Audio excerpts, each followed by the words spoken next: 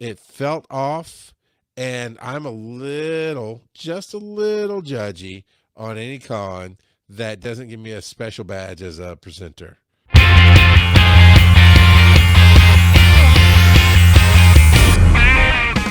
Hello, Jojo Story. Okay.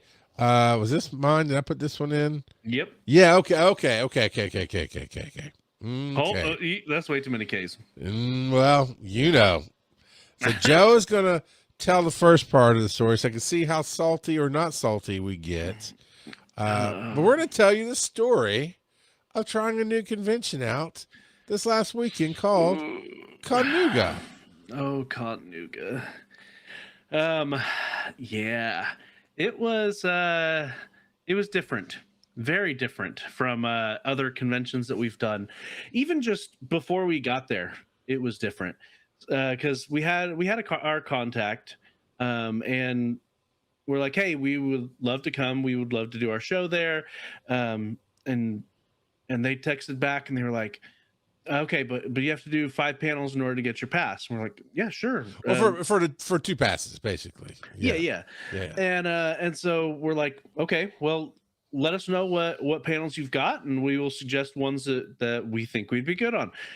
And they were like, no, we can't use you on any existing panels. You got to pitch your own panels. We're like, okay, that's so fine. To be fair, the tone I heard all this in is a different tone than he heard this in. It's all written. We're reading the same things, but the facts are yeah.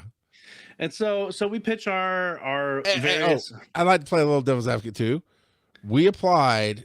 They closed at the end of December, and we applied like in December, so it was close to the end of the deadline. But still, it was a little off to me. Like, okay, we got to come up with a few more panels because I've just not had that experience. Right? There's everywhere we've ever gone, except for Atlanta Comic-Con. They don't have that same restriction. It's basically if you do anything for us, you get a pass. However many you need, it's fine.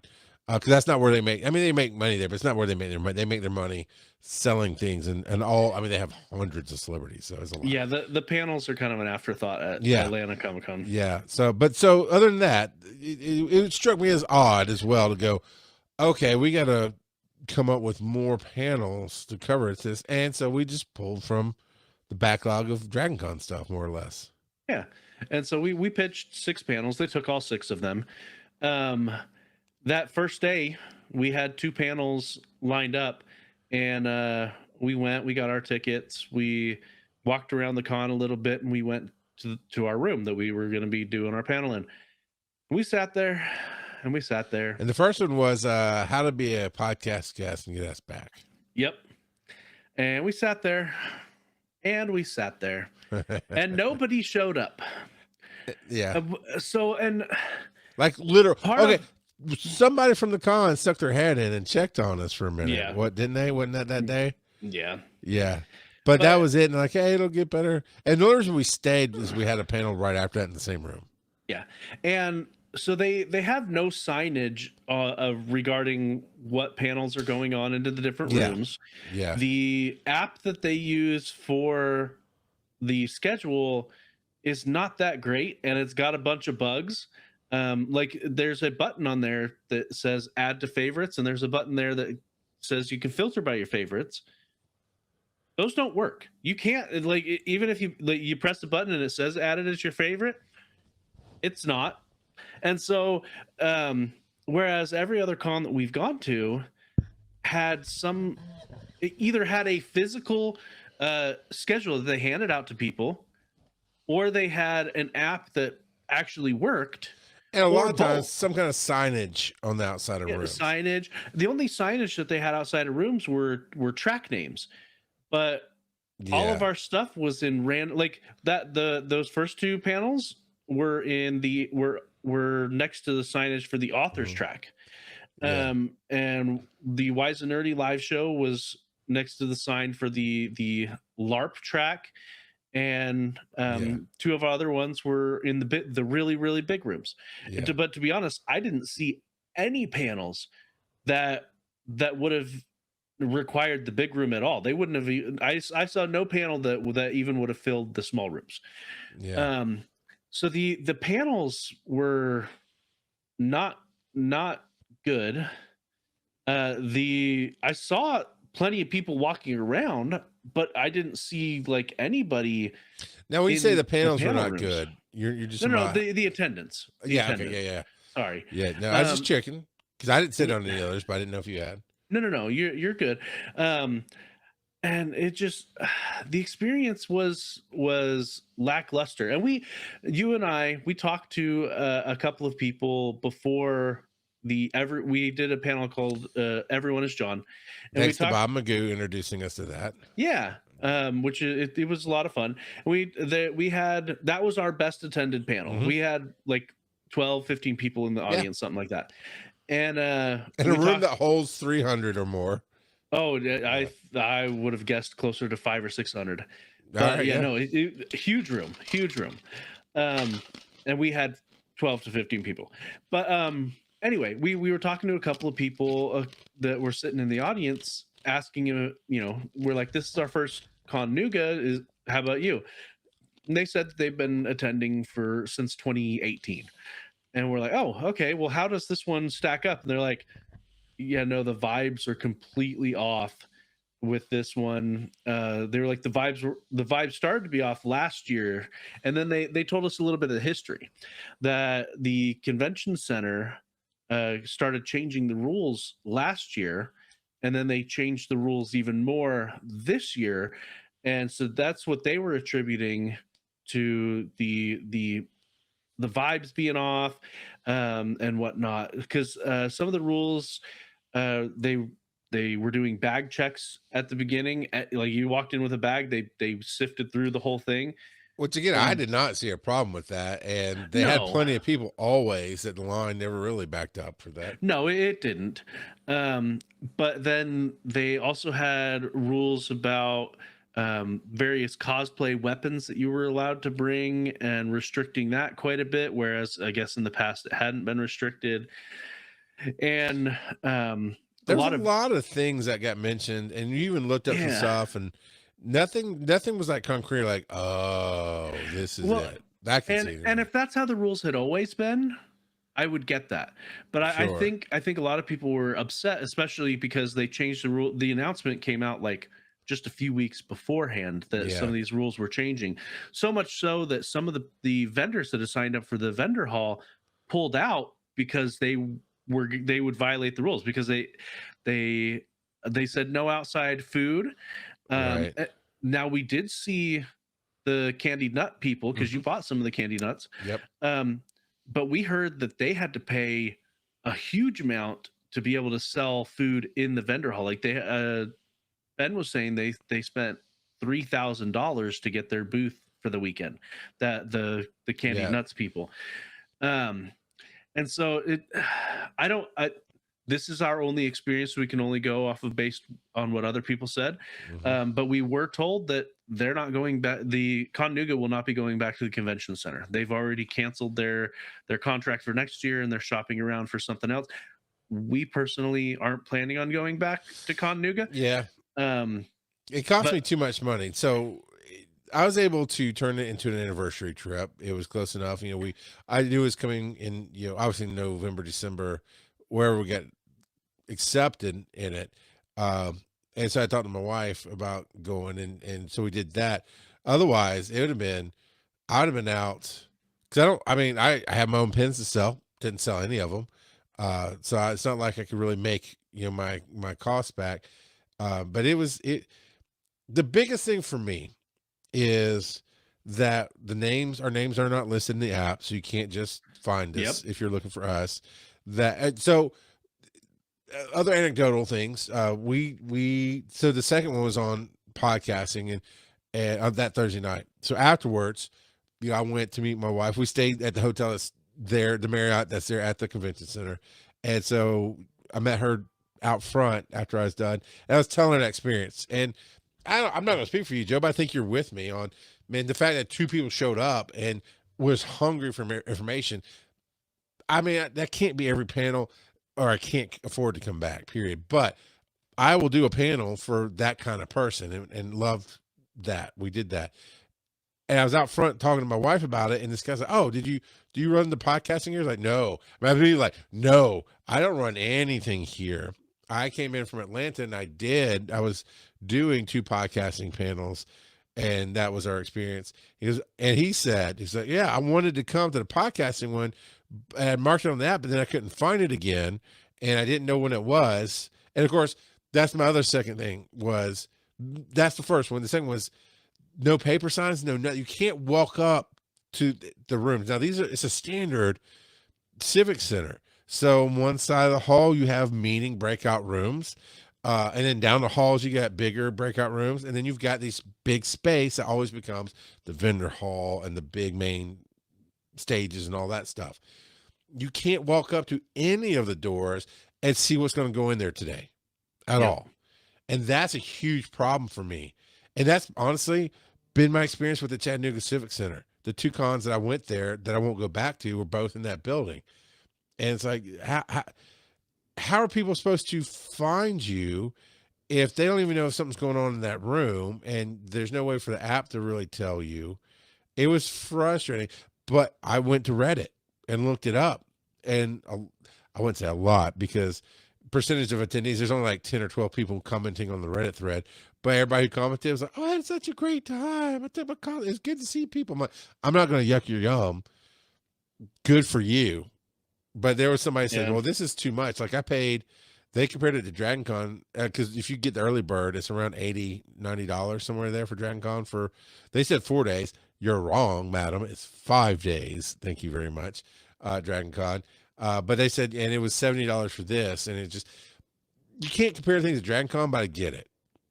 I can compare this to Atlanta Comic Con, which does a lot better with everybody always knew, unless there's some last minute change, which happens at every con.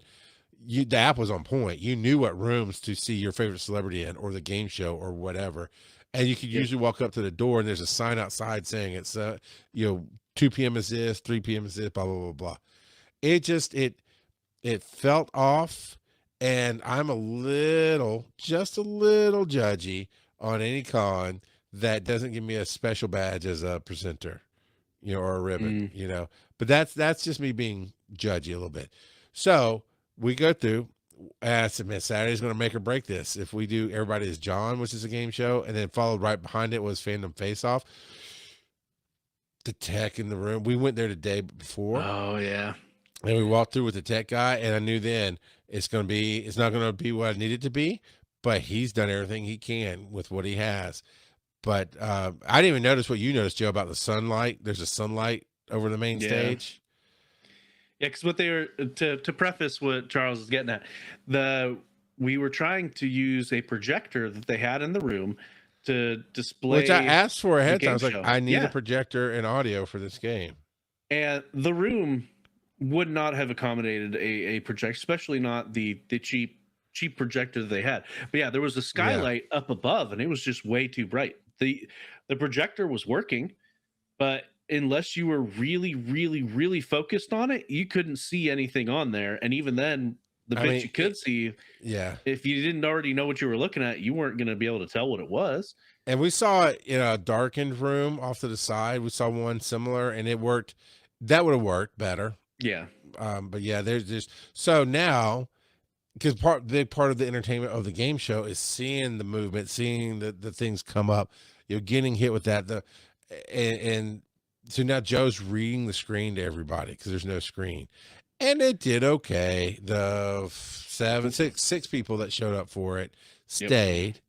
I got the same comment I get every time. At least somebody says, "Man, this was a lot of fun. I'd do it again," which is really what I look for at the end of the day, especially on a experience like that where it did not go where it needed to go. We had to call an audible, on that. But yeah, 6 people.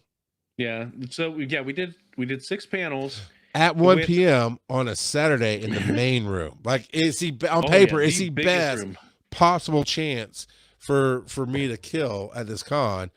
And I think combined attendance for all of our panels, for the 6 panels, was 25, 30 people. Yeah. Total. Because Sunday morning was a huge waste of our time. We drove in for our 10 a.m. Wise and Nerdy panel, we sat in the room for what 15, 20 minutes, and we're like, okay, nobody's coming. We're done. Like nobody. Bye. And we knew it Saturday. I told you Saturday, and I know you agreed. It wasn't like you were disagreeing or anything. But like, yeah, there's nobody's going tomorrow. Now we're professionals. We show up.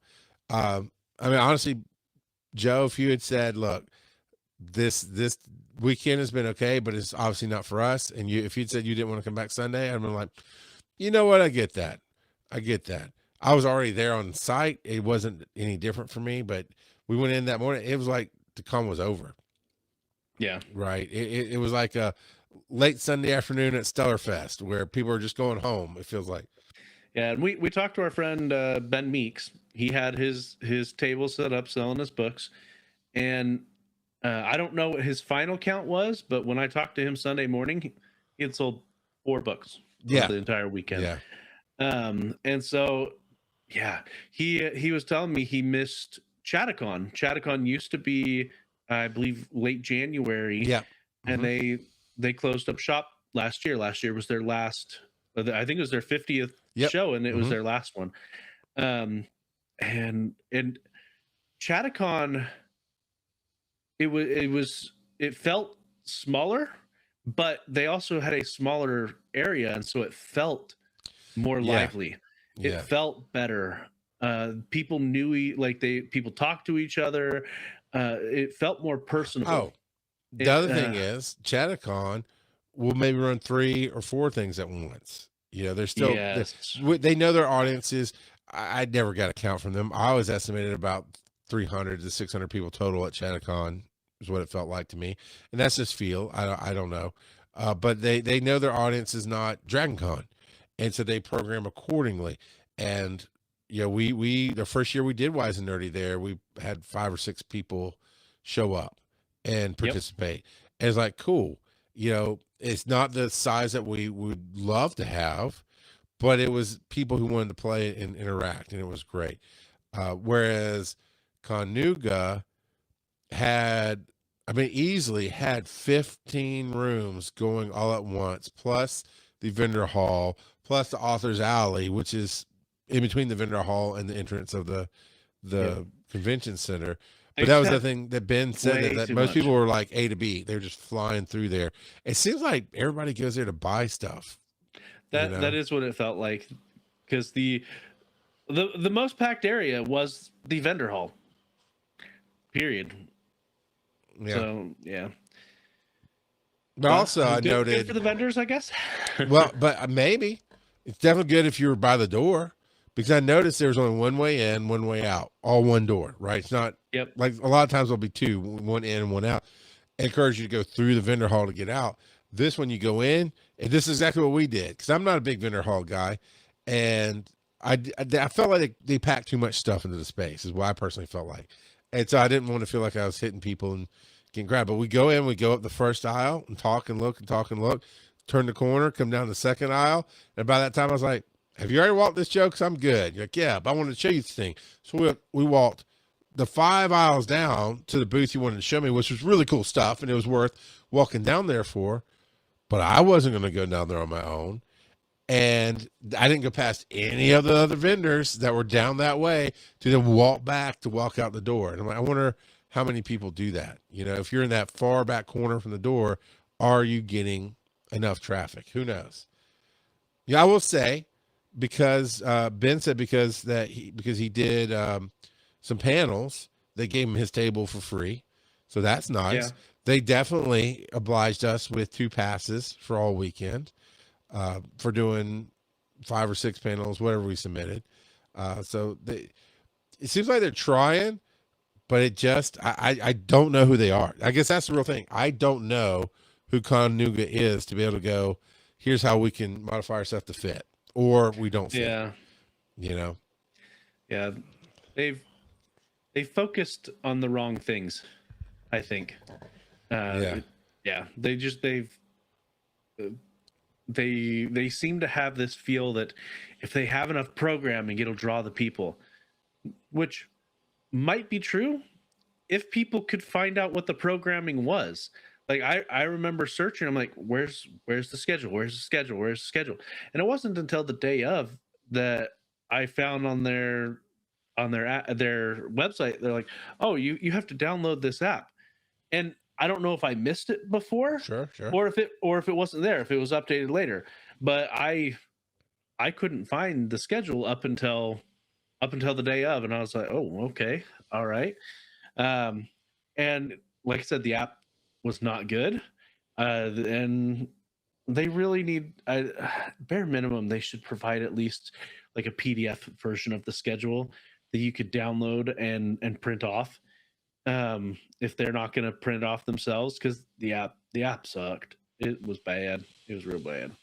We need to, I don't know how much it would cost. I don't know how much I would get tired of carrying it around, but something that we could put outside a door. I mean, it would not have helped on Sunday morning, but something that would say, why is it nerdy in here? And it's just a nice graphical, one of those standees or something. I don't know. Yeah. A big old poster.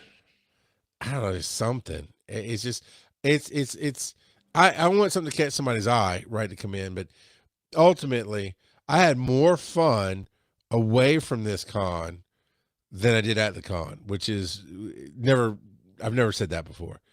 Yeah. But man, Chattanooga is a fun place to do an anniversary trip. We went back to Little Debbie's, of course, and did not spend nearly as much as a year ago at Con Nooga. We spent a decent amount of money. I saw that cart from a year ago. It was a full shopping cart. That's one of those where like, this is our first time. Let's try everything. Oh, we went crazy. This I was way more dialed in. But we went. There's a Seawater Light Festival that's going on right now, or it's just about to end, I guess, now as of this recording. That was a lot of fun, and we got there early. They sell tickets, and you have a time slot. So our time slot was 7:30, and we were trying to go to the Dragon Lounge after our stuff on Saturday afternoon, which was a blast. I'll talk about that in the Patreon section after this.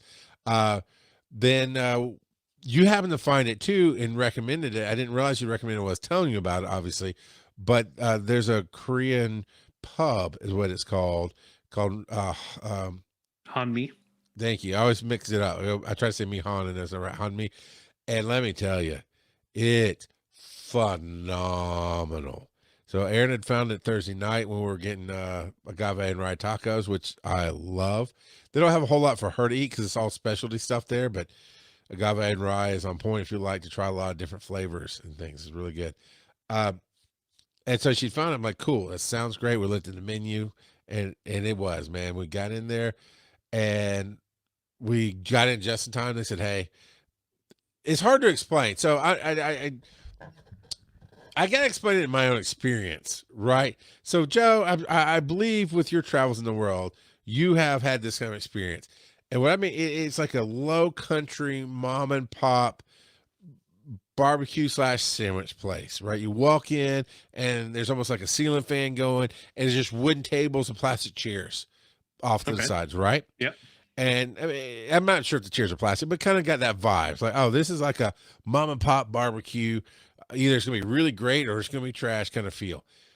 But then there's this nice wooden bar right there in the middle. And it's for eating. And they do sell some alcohol, but the name pub is just the feel of it. It is, because it has a pub kind of feel, but it's straight up Korean food. And that's what they focus on. And then they have us sitting outside. So as we got there weren't really any tables open. And they're like, hey, it could be, 20 minutes or so, or you're welcome to sit at the bar. And we opted to sit at the bar because they actually had the stool. So as you know, my wife is short.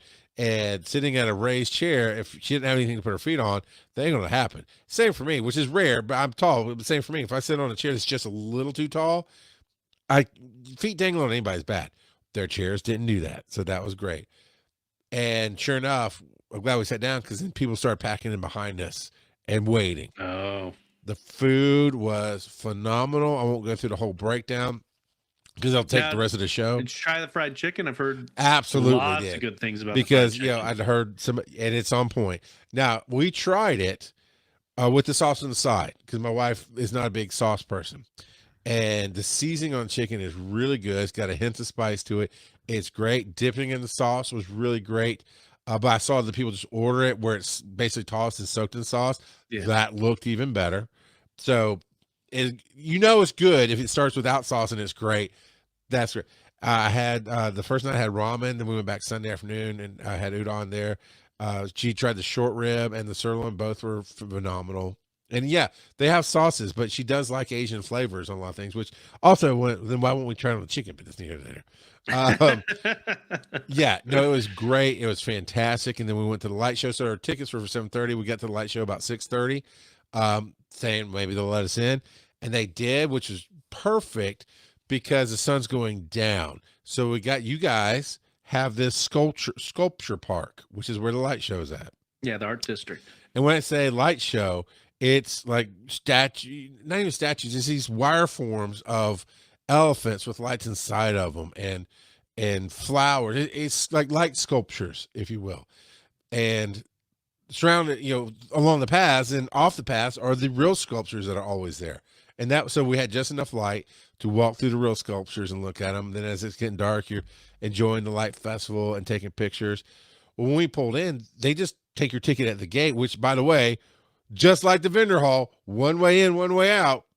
And it's not wide enough for two cars. So that was interesting. So they scanned our ticket and went, yeah, just park anywhere. And this lot's not built for more than like 60 cars. Which is probably why they do the timing thing, because it seemed to work okay. And Erin gets real frustrated in the parking lot when she doesn't see there's an easy spot to park. It makes her nervous. And we pull past this van that obviously belonged there. It belonged to the park or whatever. And we both look at it like, can we park next to this? And I'm like, well, honestly, the guys are right there taking the tickets, so they'll see you. And there's no sign saying not to park. Let's try it. Everybody else just kept driving past it because it looks like you're not supposed to park there. Nope. You can park there. We parked right freaking up front by the tent. Is right where we parked. And then two more people parked next to us later. So we do the whole thing, the lights and all that. She got, did I show you the pictures of the cotton candy? Mm-mm. All right. It's straight. The Seawater Festival, I don't know, on the billboard behind the stage, it seems like there's two other festivals that they do as well.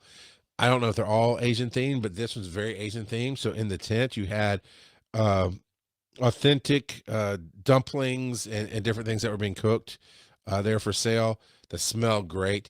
And you had a cotton candy artisan who was making Pikachus and Big Hero 6s and flowers and everything you see on TikTok for like Asian festivals and Asian artistry with cotton candy. That dude was doing it. That's awesome. It was. And of course, Erin loves cotton candy. And so she was going to get one anyway, but it was really cool. So you ate a Pikachu? No, we didn't get the Pikachu because she wanted to try one that had a bunch of different flavors in it. But I did take a picture of the Pikachu. It'll go in my newsletter as I get that wrapped up this week. But yeah, so it gets dark. We did all that and we came back and about that time, the line outside the gate which is our time. Like we left at just before 7:30 when we were supposed to be getting there, but we were leaving and people were piling in. We're like, oh, that was good times. And then we just went back to the hotel and went to sleep. It's all good. So lots of great stuff in Chattanooga is what I'm saying. And Joe hasn't done any of it. Last year, I told him, hey, did you know you have an authentic Asian store that has like imports from Japan? Still hasn't been there. I gave him a Pokemon card. Still hasn't been there. I've been to places that are a lot more kid friendly, like the aquarium. We have a fantastic aquarium. Oh, that's my favorite aquarium. But that is so white boy tourist, man. It's your own light festival. Take your kids out there and show them some lights. Show them the sculptures. Get some art in these kids. Get some art in you. But yeah, Con Nooga, not for us. And honestly, this year's going to be a lighter con year for us in general. Yeah. We lost Atlanta Comic-Con because they're not coming back this year because of the FIFA, the World Cup or whatever's in Atlanta, taking up a lot of space. Yeah, I think we've got 4 left. So we got Stellar Fest coming up next. Stellar Fest, Conjuration, we've got Southern Fried Gaming Expo and DragonCon. I think that's it for the rest of the year. Because we don't play multiverse. We don't fit multiverse. I go in, if they take me. The only thing I pitched this year was again the podcast education for the learning track. And then I can possibly be on some other stuff that they put out. But after going last year, it's one of those. See, that's what they know who they are. Multiverse knows who they are. And once you go, oh, I get it. It's like my game show will never fit that. Wise and Nerdy won't really fit it. And I can appreciate that. Know who you are. Remember who you are. Be a dragon.